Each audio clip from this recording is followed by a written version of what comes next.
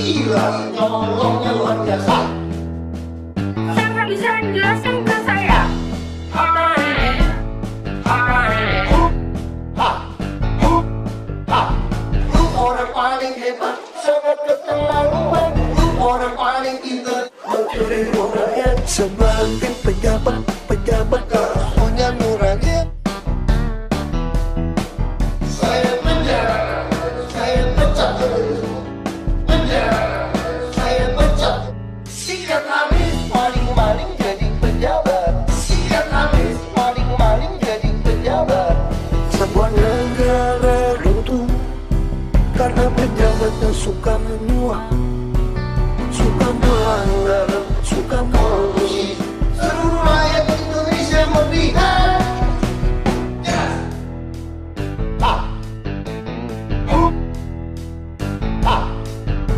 Kalau ada pegawai nakal, ya sudah, kami langsung berhentikan. Kami langsung berhentikan. Hari ini. Pecat Hari ini. sikat habis, maling-maling jadi pejabat. Sikat habis, maling-maling jadi pejabat. Rakyat Indonesia membutuhkan pemimpin-pemimpin yang jujur, bukan suka melanggar, suka korupsi. Seluruh rakyat Indonesia melihat.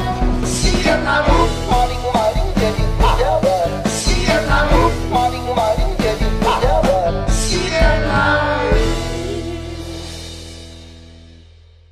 Kantor paling mahal ibu. Bapak ingat Bu Maria yang ngurusin honorer. Iya, saya nggak pernah lihat. Honorer kita gimana sih? Kategori 1, 2, 3. Jadi kategori Umurnya udah 1, mulai betul. jadi kategori 1 ada 162 Pak, tahun ini diproses. Naikinnya udah sudah ya? Ya, semuanya sudah clear Pak dari BKS. Kemudian yang kategori 2 Pak, yang 16.000 Pak. Itu Tes. harus tes di antara mereka. Iya, kategori Kan tes. dijanjikan formasinya 2013 Pak. Oh iya ya. Ya. Yang penting kalau yang nggak berhasil sebagai PTT seumur hidup, Ya. kita lagi ingin rancang PTT itu gajinya itu sama dengan PNS pangkat terendah. Iya. Asuransi semua bisa ikutin. Kesejahteraannya sama. Nah, sehingga tiap tahun kalau PNS naik, dia ikut naik. Nah, kita juga pengen menyesuaikan termasuk outsourcing kita segala macam. Kalau kita memang butuh, harus seperti itu. Bedanya dengan PNS bisa naik pangkat terus. Kalau ini ya nasib nggak bisa naik, tapi tetap standarnya sama. Nah, kalau memang dia bagus, tanggung jawab kerjanya bagus, bisa kasih TKD yang baik. Hanya dia nggak bisa megang uang, Ya, ada jabatan-jabatan nggak bisa. tertentu. Ya sudah, tidak apa-apa. Karena orang berpikir mendingan bawa pulang punya uang. Nah, kita akan mulai data juga kelurahan minta bantu kasih saya.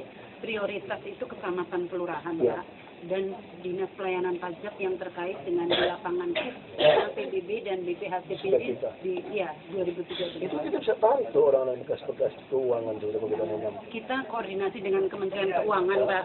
Waktu itu tahap pertama mereka sudah masuk, diantaranya dana itu Pak.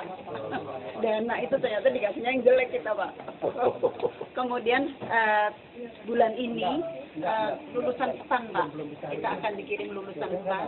Sementara posisinya semacam magang gitu Pak. Yang penting ini, kita jangan tarik orang luar dulu. Kita utamakan orang dalam Iya, dulu. siapa? Semua orang dalam dulu yang bisa. Karena kita kelebihan pegawai. Iya. Nah, kan kita pengen TKD tiap tahun kan makin membaik. Gaji makin membaik. Nah, kalau kita terus tarik dari orang luar, nah kita pengen semua kerjaan yang bisa dikerjakan kita sendiri. Orang itu baru bisa mati sekian bulan. Orang meninggal. Lalu menghubungkan, ini kan memang udah tradisi Islam. Saya anti-Islamnya. Itu jangan mengaitkan anak mati karena binatang korban gitu loh ya. Yang gara-gara tadi darah Gara-gara itu. darah itu. Oh, ya. Nanti orang mati masuk sumur juga banyak gitu. iya, Apa nanti nggak boleh bikin sumur gitu loh. Baik. itu kasus saja gitu ya. Oke, baik. Terima kasih. Tabrak busway, Iya. busway-nya dihapus dong kalau begitu. Tapi saya pikir kambing di trotoar itu kan hanya setahun sekali, hanya beberapa hari. Ya. Ada orang jualan di trotoar yang merusak Panjang jalan. tahun gitu ya. Itu sepanjang tahun. PKL nih maksudnya. Ya Pak Ustadz. PKL itu. Mengenai larangan menjual di trotoar karena mengganggu ketertiban umum, bukan hanya pedagang hewan, pedagang kaki lima ada yang permanen, berpuluh-puluh tahun nggak diganggu sama transit. Kenapa hari raya kurban yang menjadi hari raya umat Islam yang hanya setahun, paling dia dagang 1 minggu, dilarang? Berarti Ahok nih sentimen sama umat Islam. Ada apa sebenarnya? Gubernur DKI Jakarta Basuki Cahayapurnama mengeluarkan Peraturan Gubernur Nomor 168 Tahun 2015. Peraturan tersebut berisi melarang pedagang menjual hewan kurban di jalan trotoar dan juga melakukan pemotongan di sembarang tempat. Ahok beranggapan dengan penertiban ini maka pemotongan kurban dapat lebih bersih dan terjamin kesehatannya.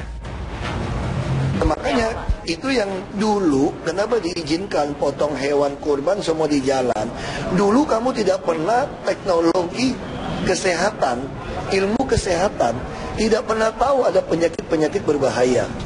Misal contoh, dulu kita nggak ngerti kenapa anak kecil main di tanah, kok tiba-tiba pulang kena penyakit meninggal. Sekarang kita teliti baru ngerti, itu dari darah hewan ternyata. Yang dia punya spora itu baru bisa mati sekian bulan, orang meninggal. Lalu orang menghubungkan, ini kan memang udah tradisi Islam. Saya bukan anti-Islamnya. Penjualnya bisa kita udah fokuskan kok di lapangan mana, kita udah mulai atur. Malah kita dorong pemotongannya masih di pemotongan hewan. Karena darahnya nggak boleh sembarang dicurahkan ke tanah. Itu yang kita minta gitu loh. Tapi kan orang kan plesetin, karena saya kebetulan non muslim, gampang seolah-olah Ahok anti-Islam, nggak kasih jual korban, nggak kasih izinkan motong hewan korban. Saya aja nyumbang hewan korban kok, enak aja. Gubernur DKI Jakarta tersebut juga meminta agar para pedagang dapat menjual hewan kurbannya di tempat yang sudah ditentukan, sehingga tidak mengganggu kesehatan masyarakat. Jika masih ada pedagang yang berjualan di trotoar, di fasilitas umum ataupun ruang terbuka hijau lainnya, maka pihak Pemprov DKI Jakarta segera melakukan penertiban.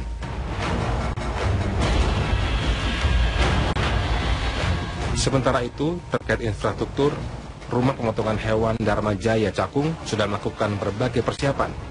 Dari kapasitas kandang sebanyak 3.000 ekor, sudah terjadi peningkatan terhadap suplai hewan. Pihak Rumah Pemotongan Hewan juga menyediakan beragam paket dalam penyembelihan hewan kurban, mulai dari penyembelihan hingga pengepakan daging kurban. Dari Jakarta, tim TV One mengabarkan.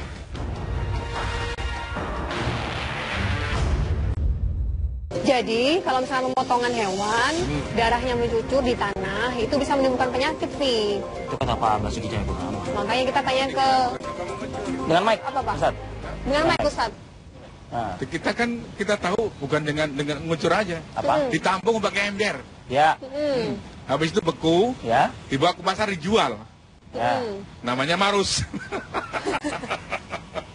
Tapi begini, Ustaz Ali Mustafa Yaakub,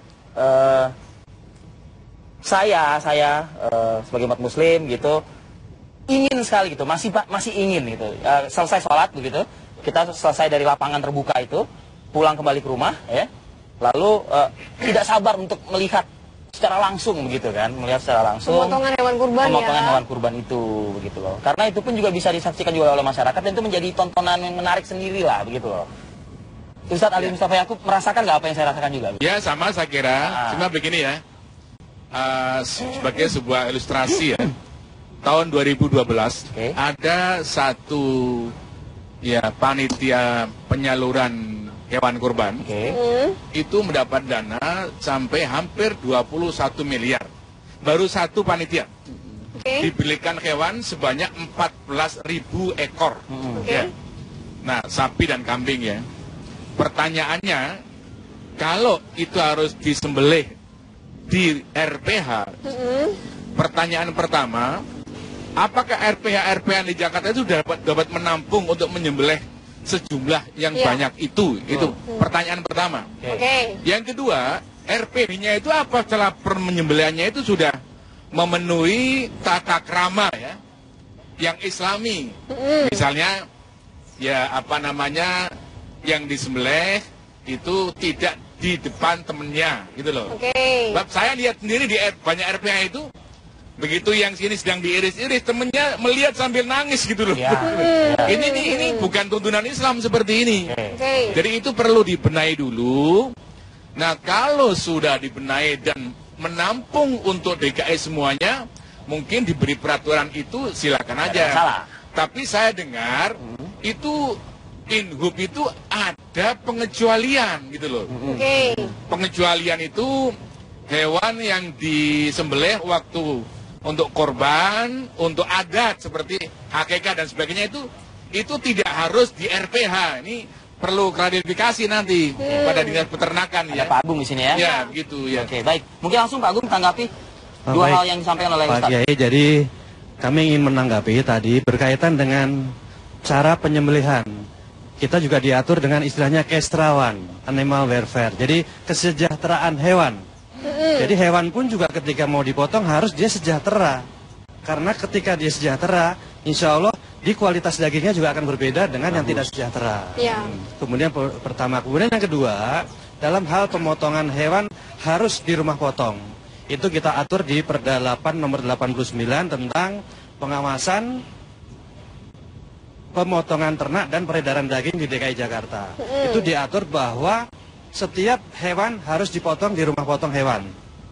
Ya. Kecuali pada hari besar keagamaan dan untuk adat itu diperbolehkan memotong di luar RPH. Namun tetap di bawah pengawasan dari Dinas Kelautan Pertanian dan Ketahanan Pangan. Begitu Pak Kiai penjelasannya. Kalau Ada misalkan pengecualian pertanyaan ya. tadi, Betul. Dengan catatan ada pengawasan dari RPH gitu aja udah. oke. Kalau misalkan memang dilakukan penyembelihan di RPH, menampung nggak sebegitu Iya, ini kan banyaknya? Ustaznya juga. Betul, memang kapasitas tampung dari pemotongan RPH di kita kalau itu beribu-ribu memang tidak tertampung dalam satu hari. Karena kapasitas pemotongan di RPH itu ketika itu bisa sampai mencapai 800 ekor per hari memotongnya. Tetapi ketika hari besar keagamaan seperti ini, ya mungkin bisa saja tidak tertampung pemotongan per hari. Angkat tangan juga gitu RPH. Betul. Untuk itu Apalagi saya katakan tadi ya, baru satu panitia korban itu menyembelih 14.000 ekor binatang. Nah, itu baru satu itu kan. Nah, satu panitia itu, ya kan. Tahun 2012. Saya punya catatannya itu. Oke. Ya kan? Baik. Nah, kalau 10 panitia gimana? Ya, keder. Ya, gimana tuh Pak Agung? Sebelum kita ke Bang Rahmat nih, bisa nggak nanti ke depannya ini nanti semua diatur oleh RPH ke depannya mungkin nggak? kalau dengan jumlah kapasitas seperti itu kita juga harus berbenah diri untuk RPH-nya. Kita tambah kapasitas tampung dan kapasitas Tapi kan potong. keinginan gubernur kan demikian gitu loh Pak Agung. Betul, jadi dengan adanya seperti itu tentunya kita harus mengevaluasi dari tahun ke tahun. Kalau memang pada hari besar keagamaan itu melimpah, ya kemungkinan tidak bisa ditampung. Pak Agung sendiri motong nanti di mana? Kalau saya memotong biasanya kita salurkan di masjid-masjid. Nah, Ini kan pengecualian tadi. Pengecualian. Ada pengecualian dalam perda tersebut bahwa untuk hari besar keagamaan dan untuk adat boleh dipotong di luar RPH. Baik, tapi sempat loh keluar serem dari Pak Ahok di Arab Saudi saja ketika dilakukan penyembelihan mereka bukan di masjid. Ini kita udah begitu. bicara pengecualian itu di berarti kan? RPH. Nah ini masuk pengecualian apa tidak? Karena Pak Ahok sempat mengeluarkan statement seperti itu. Betul. Kalau dari segi Ini peraturan, bersayap nih kalimat ini. dari segi peraturan memang harus memotong hewan harus di rumah potong yang telah ditetapkan oleh gubernur. Tapi kan membandingkan dengan Arab Saudi ketika Lebaran Haji, Betul. Dan justru itu ada tidak pengecualian. tepat dong kalimatnya berarti itu. Pak Agung, saya perjelas lagi. Di sekolah boleh tidak? Di sekolah boleh. Boleh. Boleh. Di fasilitas umum boleh tidak? Fasilitas umum tidak boleh. Oke. Masjid juga tidak boleh? Ya? Masjid juga tidak boleh? Di masjid boleh. Oke. Kan itu di masjid, di lapangan-lapangan yang telah ditentukan. Tentunya masjid juga nggak boleh di masjid, di halaman masjid. Oh. Kan begitu. Tidak mungkin di masjid, di halaman masjid, di halaman sekolah. Di halaman masjid maksudnya Ya, gitu. boleh, tidak dilarang. Baik, Bang Rahmat, Anda sebagai penduduk Jakarta dan ini instruksi gubernur untuk wilayah DKI Jakarta. Tanya dulu kampung mana Bang? Tanah Abang. Itu Jakarta Bicara Tanah banget. Abang tuh banyak tuh Bang. Oh iya, kita udah siap. Oke, nanti ya Bang ya. Siap. Orang Tanah Abang nanti nih kita. Oke. Ya saya baru tahu nih dari Mas Agung bahwa nggak taunya ada perda pengecualian. Pengecualian dalam artian pemotongan hewan untuk hari-hari besar. Seperti Idul Kurban kan hari besar. Dan acara-acara adat seperti akekah. Kalau perdanya seperti ini, betul. Yang saya bingung, kok statement Ahok menyatakan bahwa darah hewan kurban yang tercecer, yang akibat pemotongan hewan di tempat umum akan menimbulkan penyakit. Antara keterangan Mas Agung dengan keterangan Ahok di media itu tidak pas. Saya yakin Mas Agung yang benar, Ahok tidak baca perdanya. Masa bisa gitu? Ya aku yakin. Ini Pak Gubernur loh, masa nggak baca Ahok sih? biasa seperti itu. Yang di sebelah Mbak Rahmat itu menjalankan apa yang disampaikan oleh gubernur. Tapi belum tentu gubernur melakukan kebijakan dengan membaca perdanya dulu. Perda kan induknya, turunannya kan baru inggup. Kalau seandainya pemotongan hewan itu ada pengecualian hari-hari besar dan juga acara-acara adat, buat kita nggak ada masalah. Niat ini baik, cuma tadi yang Kiai sampaikan, kalau seandainya pemotongan itu harus di RPH, berapa RPH di Jakarta? Cuman 2, Cakung sama Pulau Gadung. Lalu Cakung sama Pulau Gadung juga lihat perlengkapannya apa masih bagus apa enggak, karena Dharma Jaya ini BUMD rugi. Harus dilihat dulu, jangan sampai syarat-syarat kurban tidak terpenuhi. Bukan hanya kita membinatangkan binatang, motong tidak di depan binatang, tapi pisaunya juga harus tajam. Yang motongnya juga harus memenuhi syarat-syarat yang diwajibkan oleh umat Islam. Jadi banyak halnya, saya pikir Ahok jangan masuk ke ranah yang dia nggak ngerti. Ini susah, Ahok bukan Muslim, bagaimana bisa mengerti mengenai syarat-syarat berkurban gitu loh. Sekeliling Ahok Muslim kok, bisa diingetin kok. Nah, kita menginginkan sekeliling Ahok, kepala dinas, kepala sudin mengingatkan. Tapi hasilnya ternyata apa yang disampaikan Ahok hari ini di media sudah beberapa hari yang lalu dengan keterangan Mas Agung itu berbeda. Ini masalah buat masyarakat kalau pemimpinnya ngomongnya salah melulu. Baik. Yang penting kejelasan ya, kejelasan seperti itu. Dijelasin kok sama kabitnya? Sama Pak Agung. Berarti kita sepakat ya, kita pegang kabitnya ya, daripada keterangan Ahok ya. Jeda dulu ya. Bang, kita jadi dulu ya Bang ya. Saya takut nanti kayak kepala sekolah SMA 3 pulang dari sini dipecat.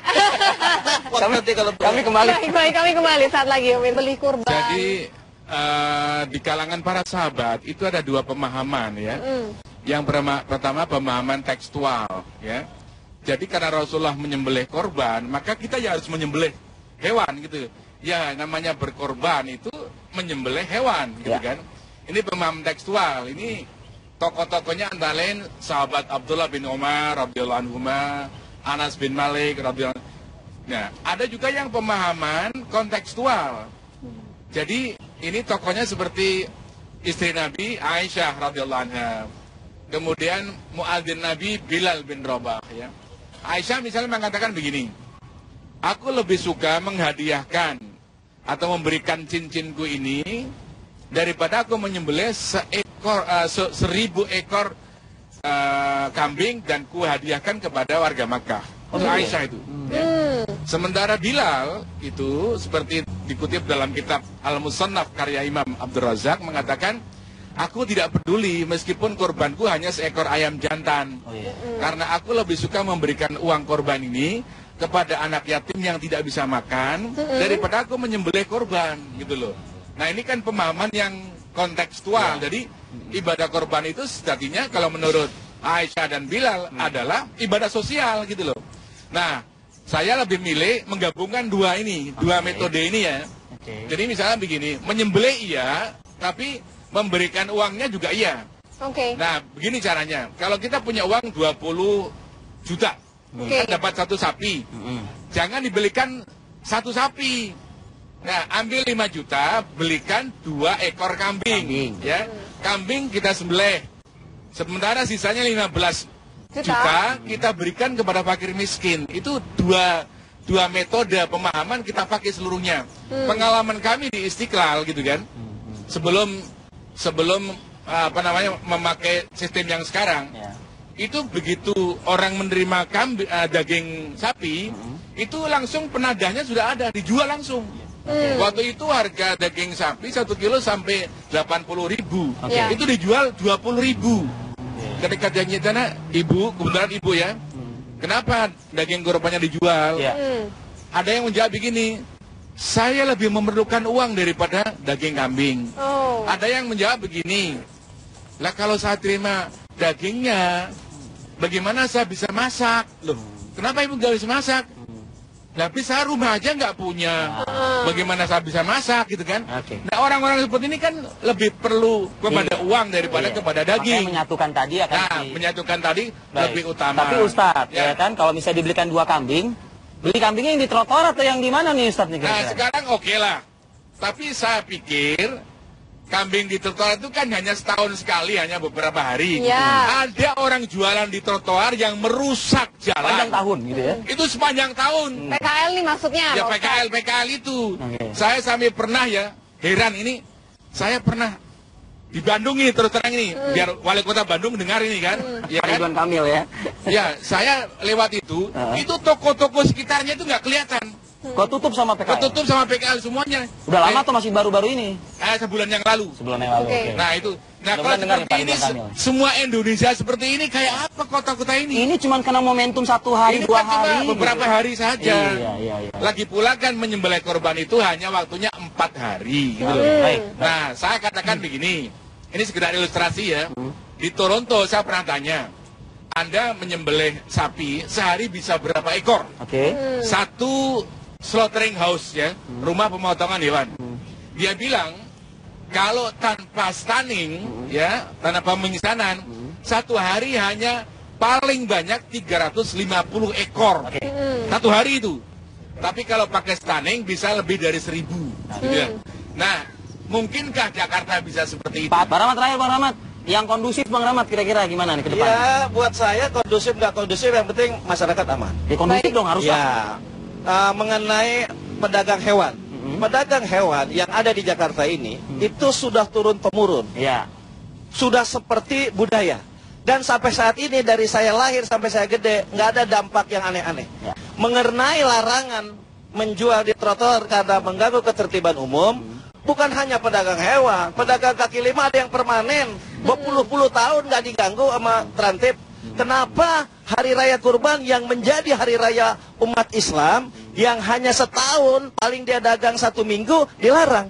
Berarti Ahok nih sentimen yang mau umat Islam. Ada apa sebenarnya? Bukan gitu begitu. Itu menurut Anda loh. Itu menurut saya.